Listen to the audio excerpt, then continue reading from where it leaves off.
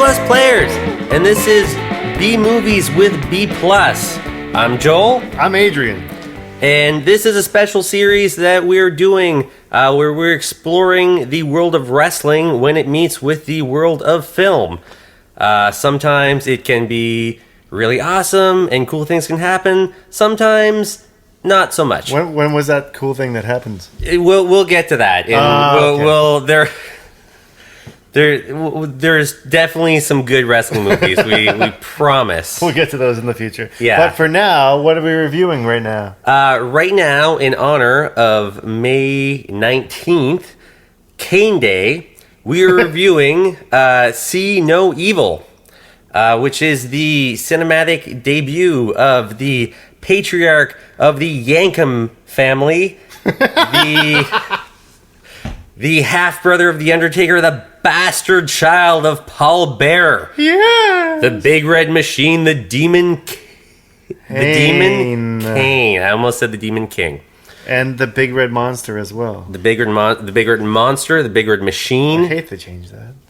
Yeah, that is pretty strange. But yeah, so we just finished watching See No Evil. Originally titled Goodbye. Originally titled was it Goodbye or Good Night? I think it was originally titled Good Night, and also The Good Night Man. Yes. And also I Scream Man. E-Y-E. E-Y-E, yeah. But he goes right after your eyes. Yeah, but but it's like the pun, like ice cream. Yeah. But I think they didn't do that because there's no ice cream in this movie. True. So it's like, it's kind of confusing. Just like those New Day Pops, which are also not ice cream. Well, I don't know. I would consider, because I don't think, okay, I don't know enough about the New Day Pops to be able, I haven't True, tried I don't really know what they are either. Because I feel like if we're talking about ice cream versus pop, like if we're talking about ice cream versus popsicles, for example, these seem to be like those sort of like creamy popsicles that you would get like when the ice cream cart would come around. Okay. And I would make the distinction. Those gumball eyes? The gumball eyes, yeah, which are really awesome, but we're always really impractical at the same time. I'm still eating ice cream. Why do I want gum right why now? am I eating gum and ice cream? This is confusing. I swallowed the gum. Goddamn. I'm just a kid. I don't need this much responsibility. And life is a nightmare. Simple Plan Simple Plan podcast coming soon. So Adrian, what did you think of See No Evil? I didn't hate it. I'll tell you that much.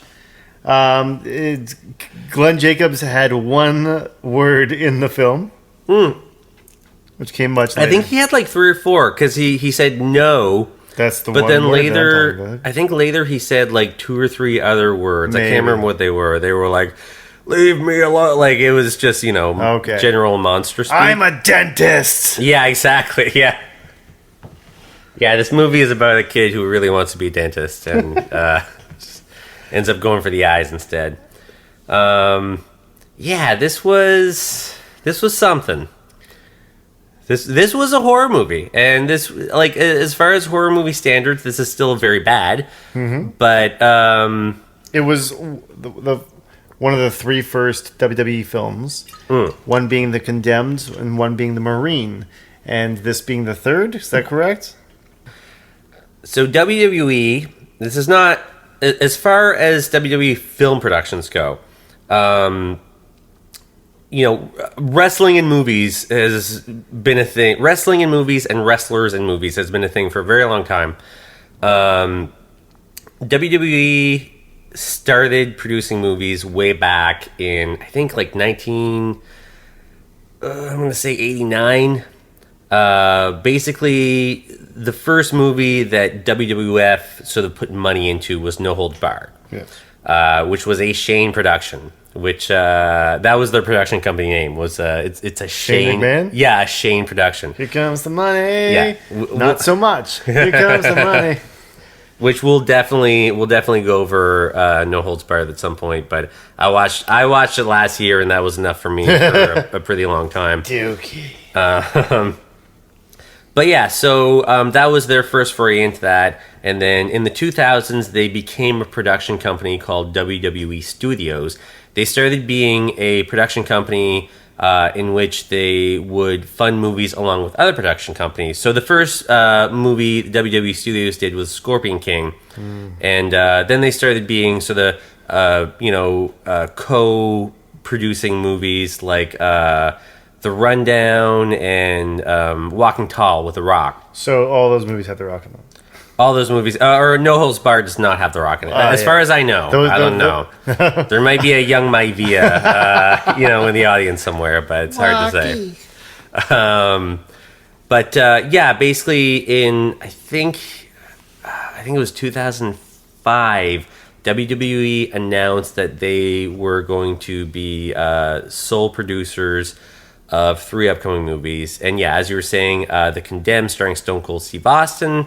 The Marine starring John Cena, and this delightful gem right here, See No Evil, starring Glenn Jacobs. When you think of the 3 top names in wrestling, you think of Stone Cold Steve Austin, John Cena, and Kane.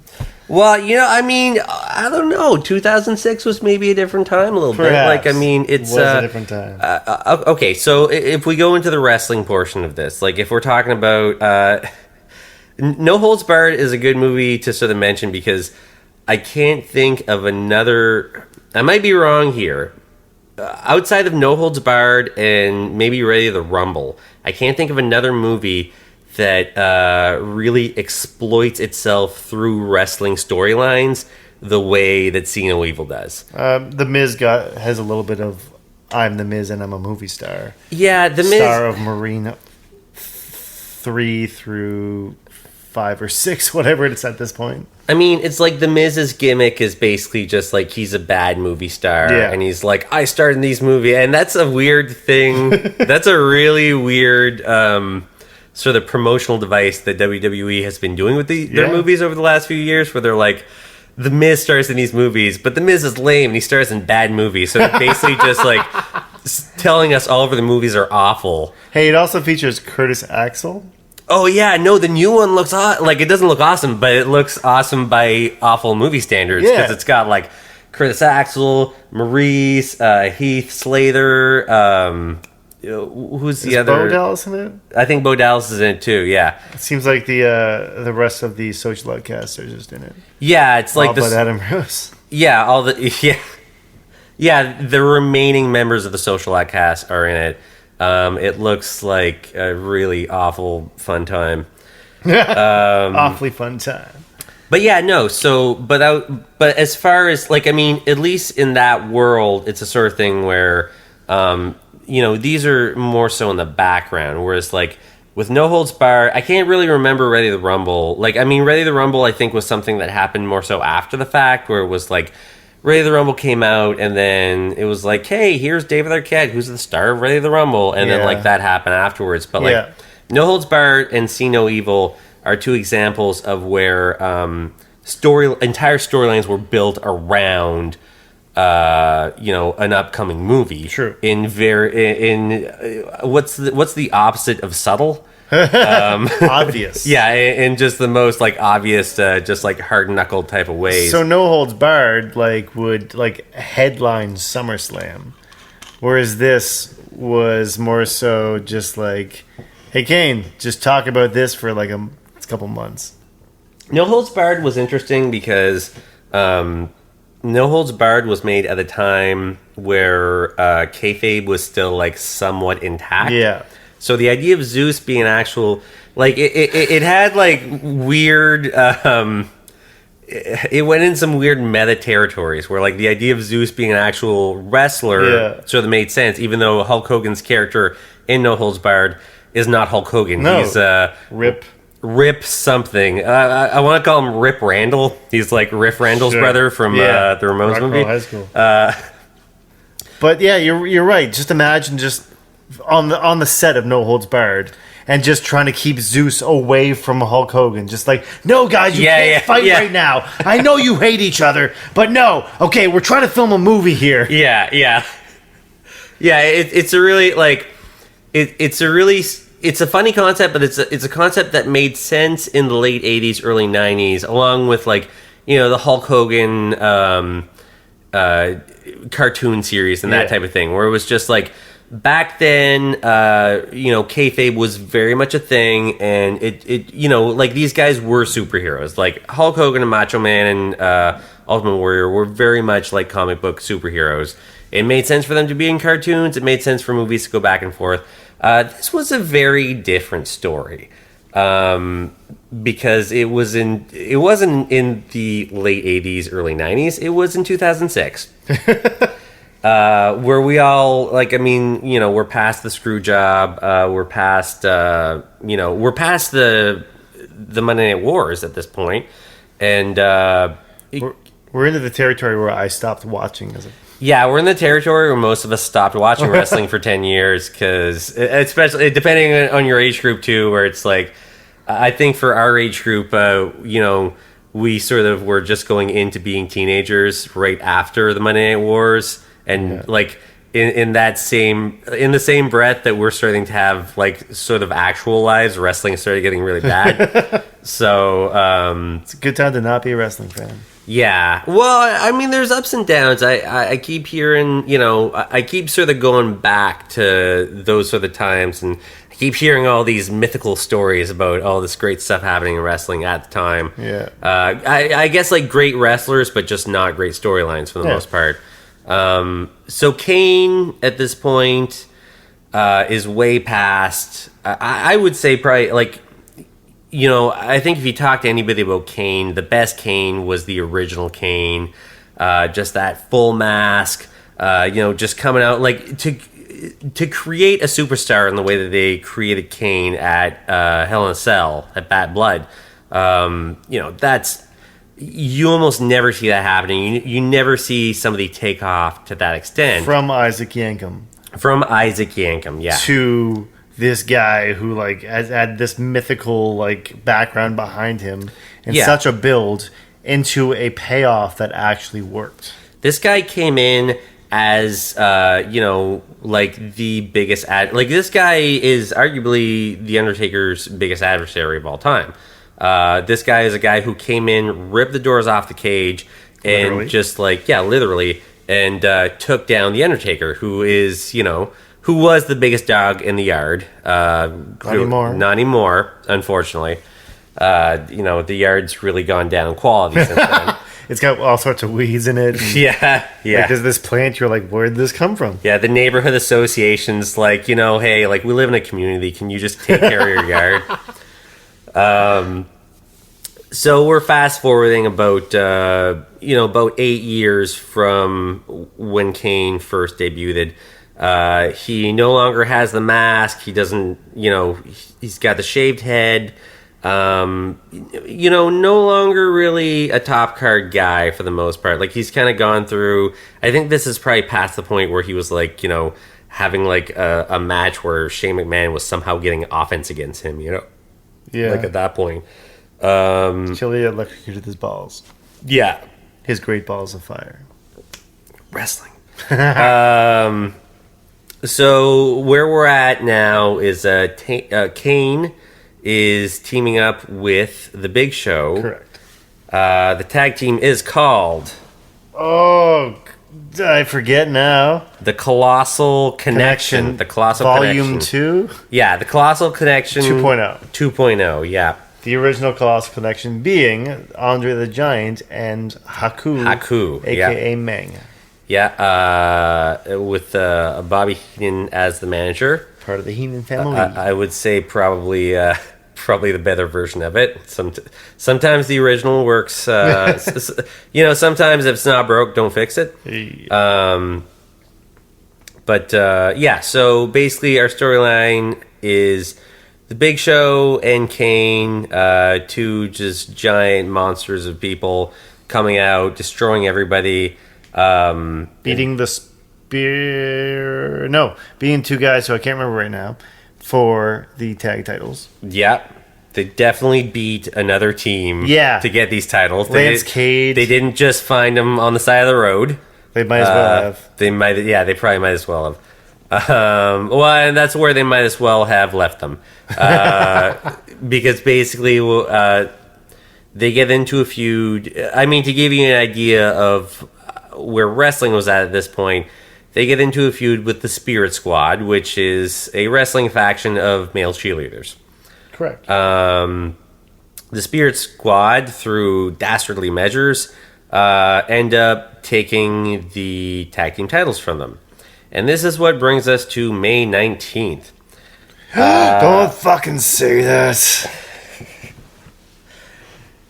And I mean, really, like, that interaction is kind of all you need to know about this.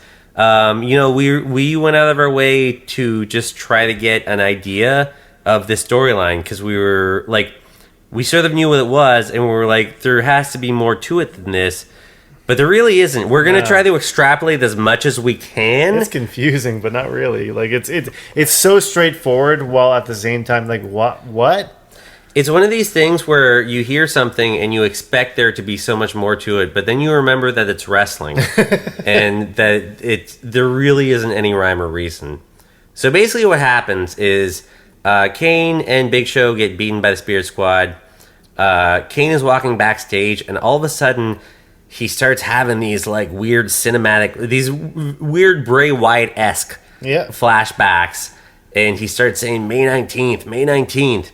And he's having these sort of breakdowns, and then later on, he comes out for a match with the Spirit. He comes out for a rematch with the Spirit Squad, and he just loses his mind, and he just destroys everyone around him.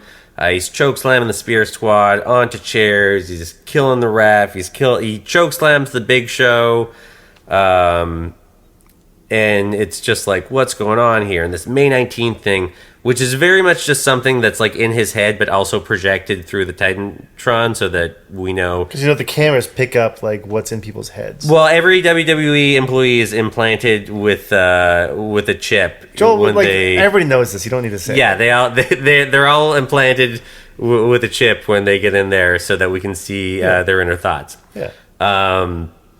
So May 19th, it keeps coming up. People are bringing signs to the arenas. Kane comes out for some reason, and he goes right up to Lillian Garcia. Oh my Bless God! her heart. Just America's sweetheart right there. Like, I mean, you can. You can't. I think I would say Renee Young's probably the new Lillian Garcia, just in the sense of like somebody who you could never say a bad word about. Yeah. Goes up to Lillian Garcia and he sets her up for a choke slam, and the world is terrified. And he keeps saying, he's like, "Don't say May 19th," and she never said that. And then Big Show comes out and he's like, "What's going on, dude?" He just chucks Lillian Garcia to the side. Yeah, he just chucks her to the side. He really chokes everybody. Good look, like a which is still like, hey man, like, be careful, So they're backstage, and he's all like, and he sort of, Big Show is just like, "Oh, what's going on, man? Like, why are you being such a jerk? What's up, bro?" Yeah, and he's like, "Cause you said May 19th. You said the date," and he's like, "What date? What, May 19th?" He's like, "Don't say that." And then they get into a fight, and then they go into a whole thing. But yeah, so they have a match. Who cares what happens? Their feud ends, and then it turns out that all this May 19th stuff is... it turns out that May 19th is the day that he killed his parents in the fire. Or that his parents died in the fire. Died. Yeah. His mom, specifically his mom and his adopted family. Yes. Which is strange. Family. Yeah. His father being Paul Bearer. Yeah. In theory. And I don't know who the rest of the adopted family is, because the Undertaker would also be part of the adopted family. It's a story that changes. It's tales as old as time. But no, the Romeo and Juliet of wrestling. Yeah, it's a story that changes, pretty often. But so it turns out that the reason he's so mad is because he's reminded of this date of when his mother and foster family, which is his stepdad and stepbrother, not stepdad, or his stepdad and half brother die. Except, well, yeah, I don't know. He's Undertaker's the dead. We don't really know who died. Let's other than his mom. not go into the mother dies and other people also. Yeah, the Undertaker might have died. He is the dead man. Who knows? Anyway, we won't get into that. So May 19th is the day that his family dies, but also the day his new movie's coming out. Hey, how convenient. Yeah, so it's basically like this. It's like there really is nothing else to it aside from the fact that like this date is just put into this to say like, hey, oh my God, it's an angle, but there's a movie coming out too. And after that, they kind of go through a bunch of promotional stuff, like he chokeslams members of the cast of See No Evil. God. And then they decide that this is the perfect platform to launch a storyline of Kane versus Cain. Oh my God! The other Kane being a young Luke Gallows. Yes. And I think that when you have an angle as successful as Undertaker versus Undertaker, Oh, shut up. you gotta. I mean, it's like they knew how great that was, so they just decided, hey, let's get lightning twice. But like, at least when Undertaker was versus Undertaker, they looked the same, sort of. You had Undertaker versus a guy who sort of looks like Undertaker. But this was like bald Kane versus 1997 Kane. So they didn't even look the same, which kind of bugs me. I kind of wish that Kane was wearing a mask at this point versus another dude in a mask. I don't know. All of this is so we're not going into the rest of it because A, it has nothing to do with the rest of it, and B, it's just so depressing that they would recycle such an awful. It's like you think of like the worst things that happen in wrestling. Like it's like, are we gonna get like a Bray Wyatt Katie Vick angle coming soon? You know what I mean? Like, or is oh my God? Okay. Anyway. Either way, the angle ends as badly as we're describing it, as Kane throws 1997 Kane out of a door, and the angle is now over. Yep. He just literally throws him out of a door, and that's it. And then he went to Japan and joined a club, and it worked out really well for him until he came back. Hey, he was tag champs for like a month or something. Yeah. He was Festus after that too. Yeah. It worked out really well until he came back. I think he went back to, or I don't know. He did really well in Japan. He came back. It's God bless you, Luke. We'll need a whole other podcast to talk about how much they've fucked up the club. But anyway. So that is the wrestling relevance to, like, this is where this all came from. Pretty big deal to, and I mean, a guy like Kane is a guy, like, if you're going to get, as much as he might not have been one of the most popular guys at the time, if you're going to entrust franchises into some of your guys, like, I mean, Kane is and has been one of the most reliable guys. He's been, that's the best word to describe Kane. Yeah. Reliable. Well, I can't even think of a single injury. I would say iconic too. Kane is an iconic character in wrestling. Kane is a big deal, and he's been around for about as long as anybody else. Yeah, no man, since '97, like Taker's gone. Nobody else has been around that long. Mark Henry, sort of. Mark Henry and Kane. Well, Big Show, I guess. Not even 97. He was 99. But I mean, he's been wrestling since then. Those three. And Kane's been wrestling since even before that, so.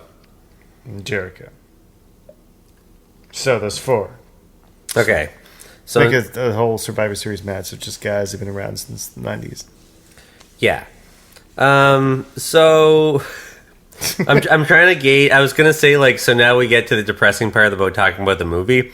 But I'm sort of like, is it more depressing to talk about the movie or to talk about, like, that awful fucking angle?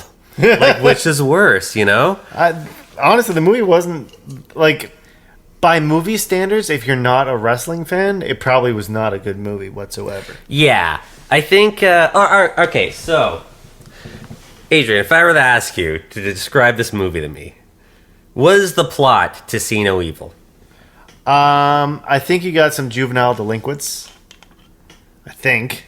Because that's not really described at all. We weren't sure if they were, like, we're sort of guessing they're juvenile delinquents. Well, it showed the old-fashioned, like, bleh, this is Chrissy, and she got caught for shoplifting. Yeah, they're definitely, they're either old kids in juvie or young kids from jail. It's one or the other. Like, I think they're older. Yeah, they're either like 18, 19-year-olds who are like just like kind of at the end of the rope in the system, or they're, you know, like tried as adults, like just, you know, kind of getting out from prison. Yeah. Anyway, we don't know what the prison aspect is of this, but the alternative to prison is, hey, some community service going to an abandoned hotel which had a fire in it and like cockroaches everywhere. And hey, you kids, you're going to clean this place up. Pretty cool. I'm into that kind of idea. Yeah. Who doesn't like community service? Who doesn't like just making our community a better place? Absolutely. I believe they were going to turn this into a homeless shelter of sorts. Yeah. Yeah, so basically, the whole movie starts... The movie starts really cool, actually. So I would say a couple things to buckle up for this movie are the fact that this is not... This is a movie from 2006. This is a horror movie, so it's actually like kind of high budget for a horror movie, I'd say. Like, they have a really cool location. There's a lot of really sort of neat scenes. Like, it's definitely not like an indie movie. Yeah. Yeah, so basically we get started. We're at a house. And these two cops come into this house and they're like, what's going on here? And they find this girl and she's screaming. And then all of a sudden, this dude comes out and he kills one of the guys with an axe. And then Kane fucking just cuts the other cop's hand off, and the other cop shoots him in the head. And then the girl, she's got no eyes. What? And she's screaming, she's got no eyes. And what are you going to do? Then we go into her eye socket. Oh, yeah. And then, because it's the mid-2000s, we get these scenes where you go directly into her eye socket and see the insides of her brain, and it's totally cool. Like it really sucks, but it's, like, so great. And this is how we sort of get into the movie, and then we're sort of met with our protagonist, or who we think is our protagonist. He's got no hands! He's got a hand. Hey, come on, Adrian, give him a hand. Hey, let's be optimistic here. Yeah, he's got a hand. So basically, he has gone from being a cop to being a corrections officer, I guess. Sure. And he kind of looks like, everybody in this movie looks like an actor from another movie. Like, they just sort of got like the low rent versions of like better actors. James Franco. The guy from Lord of the Rings / Lost. Yeah. Our main character is just like a really low rent John Hurt, and probably one of the worst I'm not gonna say one of the worst actors I've ever seen, but like, I'm used to bad actors in bad movies. This guy is a very, very bad actor. It was like, I was like, wow. Because it's not like anybody in this movie is like really, really good, but like, you know, they hold it together for the most part. So basically, they have this program where they're taking these people on. They're taking these kids on. It's their first trial of doing this new program where they're gonna take all these young, sexy convicts and they put them on a bus and they take them to do some community service. They take them to this horrible, disgusting hotel, and they're like, okay. Like this giant hotel that's just fucking huge and just has a million electrical and mold and awful problems. You 6 kids are going to fix it and make it a homeless shelter. And they're like, yeah, that totally makes sense. So, I mean, I don't think I could ever imagine remembering the names of any of these people. No, God, no. So basically we got... oh God! How many goddamn characters were there in this? It's probably 5 and 5. 5 girls, 5 guys. So we got Copy McNohand. We got the woman. The sort of Ma Brady. like girl who brings the bus around and who's like, okay, kids, you guys be good. We got the old lady who owns the hotel, and then we got the kids. And the kids they're all ex-cons, they're all doing their own thing, and like we basically just get started at like, okay, you guys are gonna clean this place up. The only direction they really give them are like, okay, ladies, grab some dusters, men, you guys grab some brooms, you guys get started, and that's their whole that's their whole strategy for cleaning this massive, disgusting hotel. Just get rid of that dust. Which also, one thing I will say, the drinking game for this movie is take a drink every time you see a bug or a mouse. Because it's like every cutscene, every transitional scene is a scene of a mouse going somewhere, or like, oh god, there's a cockroach. And like that happens like those are actually like the best shot scenes of the movie. True. They like look way better than the rest of the movie. And they're all very obviously filmed at the same time. Like that mouse was like, they definitely just shot that mouse for like 5 minutes and then just used that footage over and over again. Smart. Yeah, well, that's how you make a horror movie, you know? That's the whole thing. Horror movies are all about low budget. So then we get like teamed into these certain groups and we get to know these people a little bit better. And we've got, I guess we get to address right off the bat, we've got the drug dealer, and we've got his drug dealer ex-girlfriend. And drug dealer is a total asshole, right? The drug dealer is a total asshole. He sucks. Yeah, he sort of seems like the protagonist a little bit at the start, but then you're like, oh no, he's awful, and now he's trying to rape people whenever it's convenient. So like that's really awful. He's trying to rape his ex-girlfriend. Or person he hooked up with at some point. Yeah, but then there's like these other creepy scenes where it's like this other girl falls asleep and he's just like staring at her and waiting for her to wake up, and like the whole time you're just like, oh god, like just, you know. At that point I was also wondering like how much time has passed that she fell asleep. Yeah, like how long has he been staring at her? This is weird. Like you don't even know this girl. Like they were smoking a little bit of weed, if you know what I mean. Because I don't know what I mean. Yeah, could you elaborate on that? I'm not sure. Well, there was this little bag that he had, and there was these white little sticks that they put in their mouths that looked like cigarettes. Yeah, there's this whole scene where he's like got like a bag of like pre-rolled joints. He gave it to the other guy. And he gives it to the other guy for no reason. He's just like, hey, hold on to this. And it's like, you're both going on the same bus. Like, what's going on?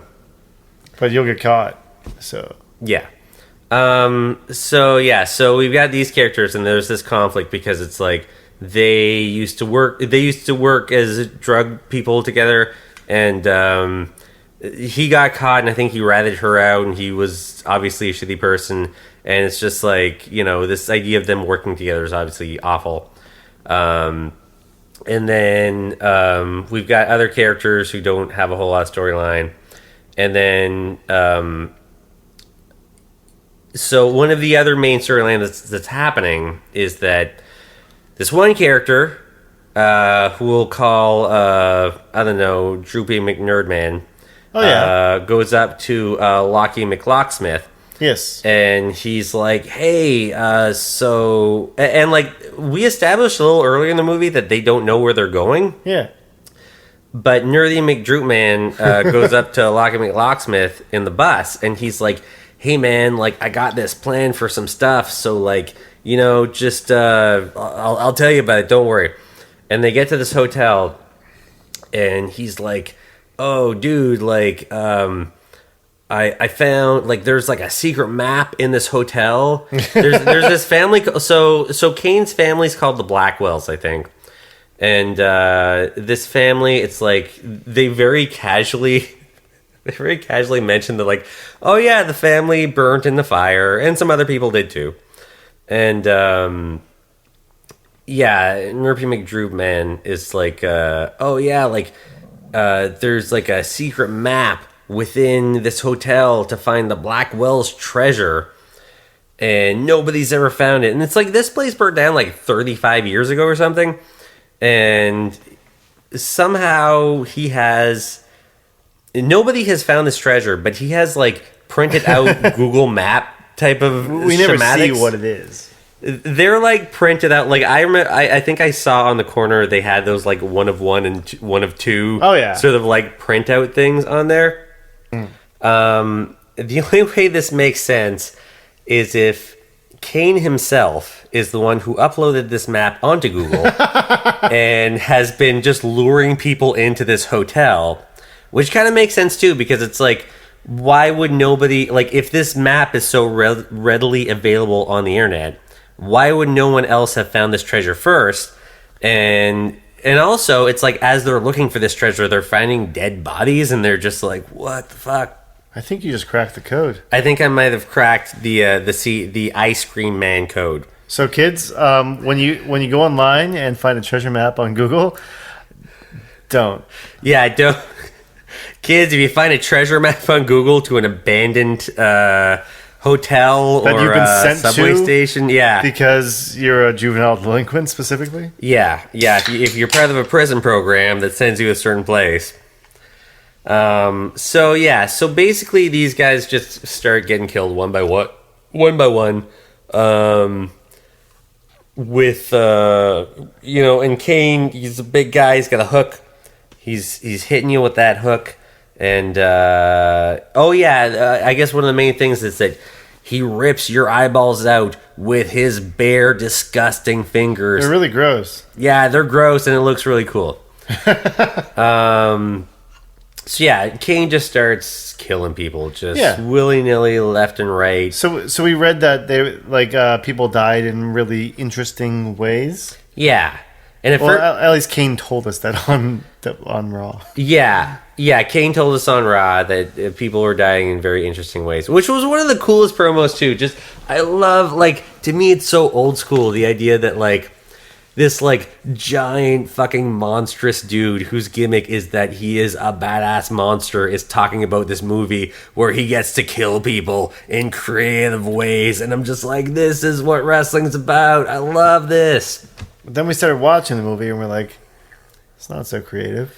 Well, at first it wasn't that creative, but then as we went along, and I guess spoiler tag here for anybody who's really interested in what's going to happen in See No Evil, maybe don't listen past this point.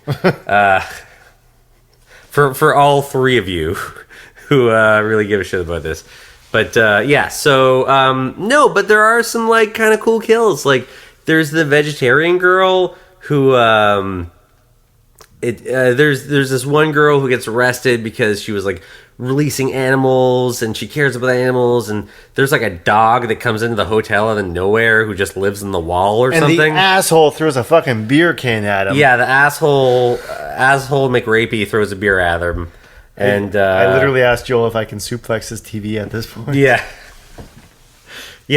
he. Oh my god, this character just gets worse and worse too.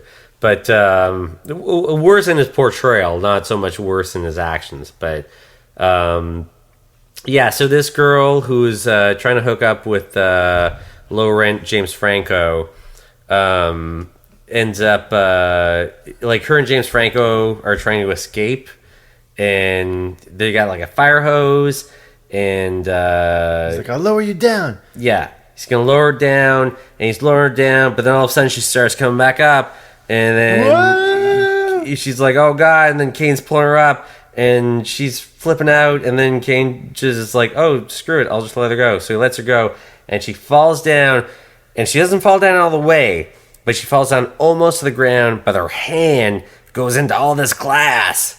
And that's like a weird thing too, where it's like this place is really gross, and people just keep slipping and falling on glass, and it's like it's never really set up, but it's always just this weird thing where I don't know. It seems like sort of like a directorial choice where someone was like, "Oh man, isn't it crazy when somebody slips and their hand goes into glass?" Like, it seems very specific. Like, I've never really seen that in any other movie where it's just like, yeah, like she falls all the way down, but she doesn't fall all the way down. She stops right before it, but her hand just goes into glass. And it's really gross and visceral, and it's like, you're kind of like, why is this happening?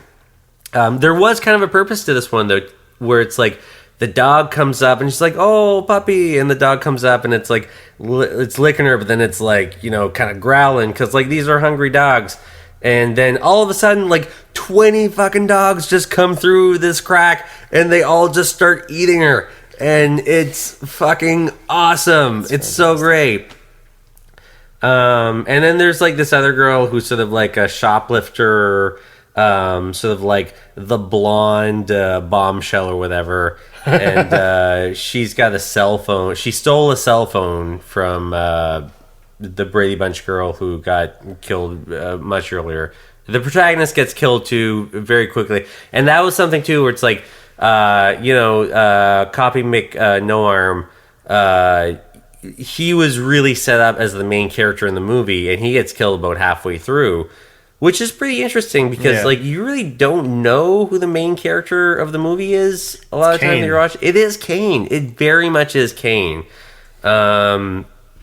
But it's like, as far as like just like general horror movie tropes go, it's really hard to tell who the main character is. And I mean, Copy McNoarm seems like the logical choice, but he gets killed pretty early on. I mean, I think within the first hour, like he's one of the first victims. So you're sort of stuck with about 3 characters, and then you're getting towards the end of the movie, and you go into like all of these character tropes, and you start getting all of this idea of like who Kane is. By the way, Kane's character, whose name I think is Jacob Goodnight or Jacob Goodbye, it's one of the two. He's credited as like Jacob Good something. Goodnight, yeah, Jacob Goodnight, and but his name is actually never said in the movie. Like apparently in earlier drafts, like they had parts where they said his name, but like through editing, those parts were taken out and nobody thought to put them back in. So it's just like he's just kind of a nameless killer, and that at the end you see the credits and his name is Jacob Goodnight. Hey.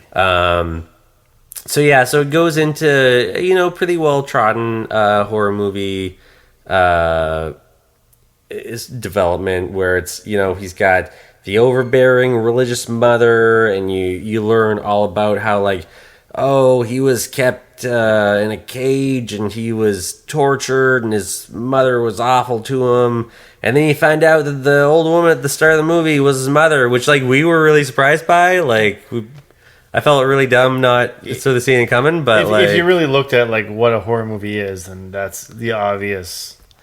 But we were tricked. It was fine. Well, I think they were worked. I think it's more just the sense that like we only really met this woman for about like 2 minutes, and like none of these characters had any development. So it's just like you're really just following whatever the hell the movie's doing, so you don't really know what's going on. But yeah, so like it's this whole thing where it's just like, oh God, like he was tortured, and then like but it was like his mother who was torturing him. And they had this shower ritual. Like there's all this stuff where it's like there are all these scenes with him and Lippy McTattoo Girl, where it's like he's like he's taking her, he's doing all these things, but like they never seem creepy in a sexual way.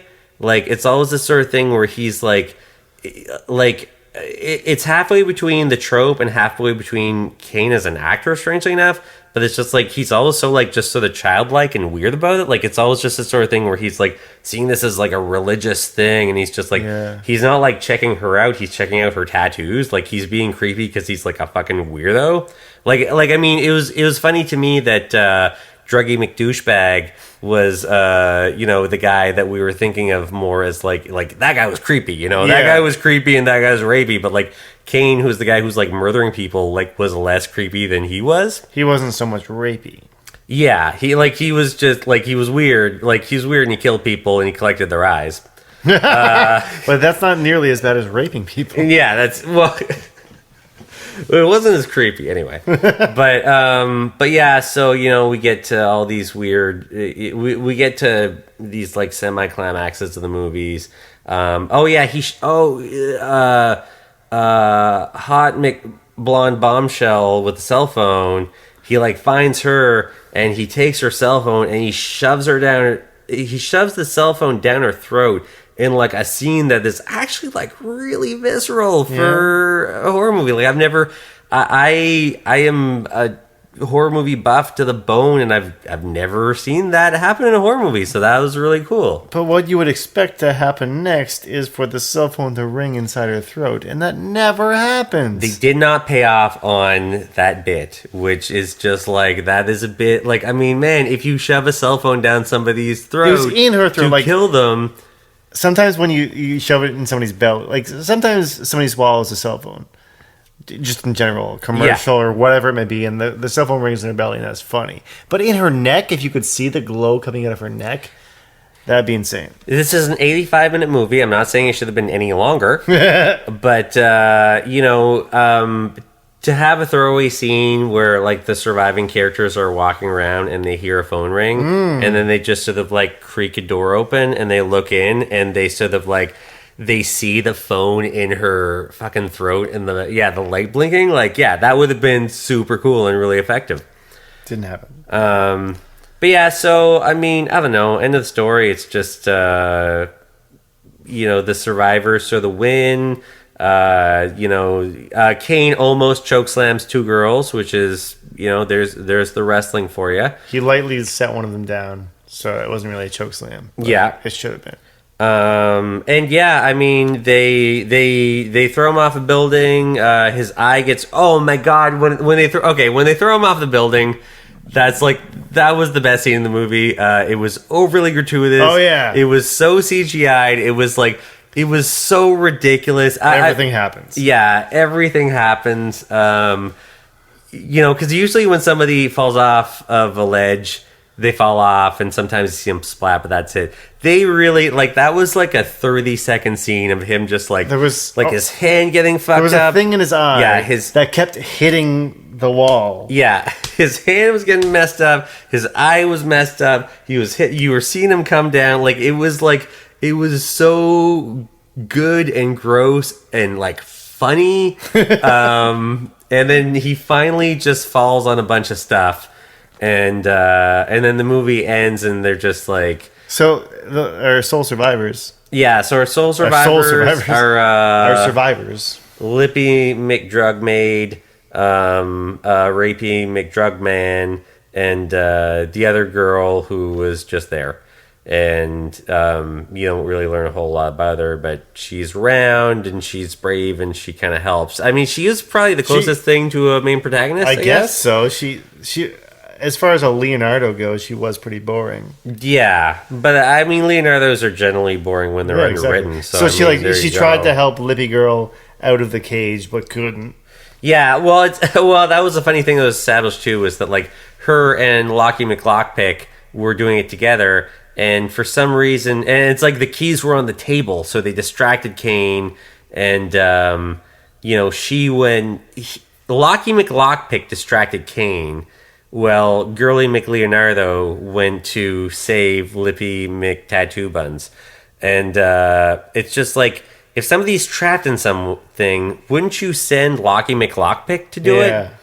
They thought the keys were there, and they weren't, because Cain took them. Yeah.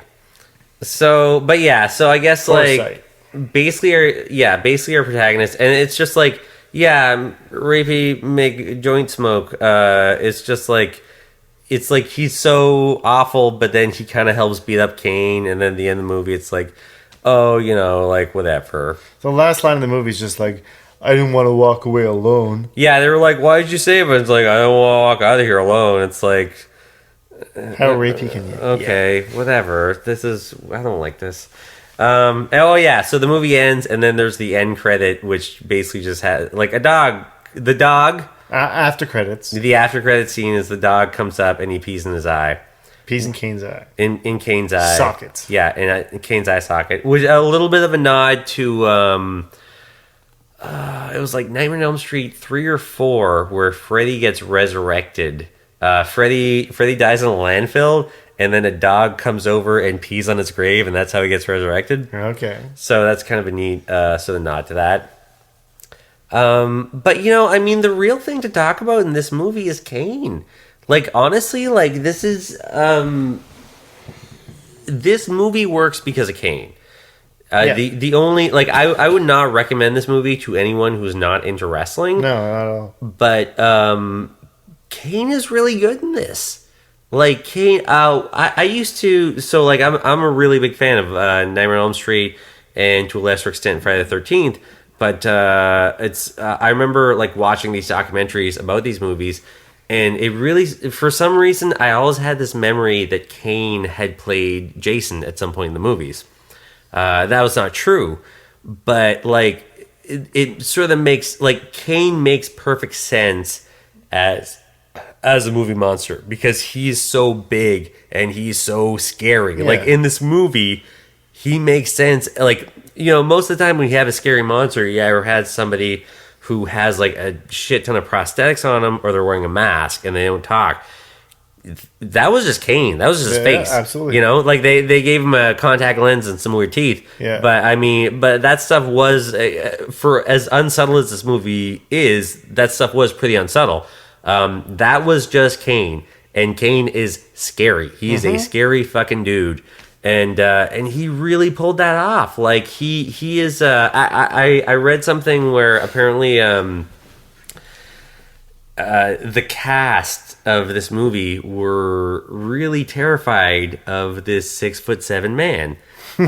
Like they were really kind of scared to work with this guy. Like just like, you know, I mean, you know, seeing this giant scary guy, like they were really scared. And for the first read-throughs, the director insisted that Kane be seated at all times because standing up, he was like, especially like towering over people. Yeah, one of the lead actresses was especially really just scared of him. Really, like she just thought he was a really really scary guy. Okay, and especially without like the, you know, the red hair and the Glenn Jacobs, you know, corporate smile. Like he the just, suit. Yeah, the suit. You know, like they don't see him as the accomplished accountant and you know, future mayoral or senatorial candidate that he's you know, looking to be. Yeah.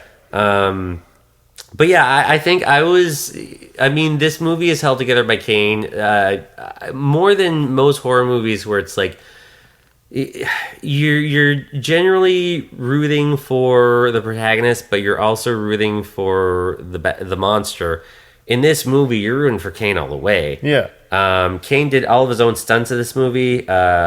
With the chain, actually, which I mentioned very briefly earlier, they were going to get somebody else to do all the chain stuff, but Kane got so good with the chain and hook that he ended up being the guy to do all the stunts with the chain. Wow. And that's wrestling for you, man. Like, it's just like these guys are like really talented, you know, athletes in this way, where it's like this dude just like picked this up. Like he was just able to learn how to wield a chain and hook. And yeah, I mean, it's like this is by no means a great movie. Even by horror movie standards, this is not. It's forgettable. It's pretty forgettable, yeah. But this was better than I expected. And yeah, you know, I don't know. This was Kane's first movie, and it is surprising to me. Like I looked through his filmography, and like I think the only two other live action movies he's done outside of like the WWE, you know, bullshit Hanna-Barbera kind of stuff. The only two other live movies he's done are See No Evil 2 and MacGruber. Oh, yeah. And that's kind of nuts because he was he was a really convincing movie monster. Like I'm surprised he's not cast in these kind of roles more often. Yet, and I guess too, like, I mean, you know, his main priority is wrestling, and this was a movie that was produced by WWE. Yeah, all in all, not bad. You know, I'd probably give this a solid C, maybe a C plus. I'm gonna go with C plus. Yeah, okay. What was the last one? Oh, yeah, fast. Somehow this is getting... Okay, so as far as the rating system goes, it's never going to make any sense. Because I'm thinking about it now, it's like I'm giving this a better rating than Fast 5. But honestly, I think... Are you? Yeah, I gave Fast 5 a C minus. Let's not forget that Glenn Jacobs was also in the countdown, which we'll have to review at some other point. Oh yeah, definitely. Yeah, I'm stoked for that one. I've seen it. It's fantastic. Yeah. Yeah, well, any other thoughts on See No Evil? We're gonna watch See No Evil too. Oh yeah, well next year. Next May 19th. That's true, yeah. And maybe the one after that, See No Evil 3. You know, WWE currently has WWE started WWE Studios in 2002. As of 2017, they have 40 movies under their belts. So there's no telling that there wouldn't be another See No Evil coming up. All right. So, hey, thanks a lot for listening. And, stay tuned for the next episode where we'll probably review Suburban Commando. Sure. All right.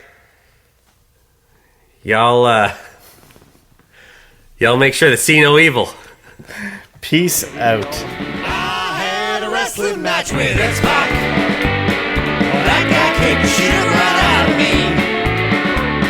Chevrolet to the Gatorade, didn't think too much about it. Now I'm wrestling with hepatitis C. Well, he come a long way from his humble starts, beating bad guys and pinning hearts, and even picked up a few titles in his day.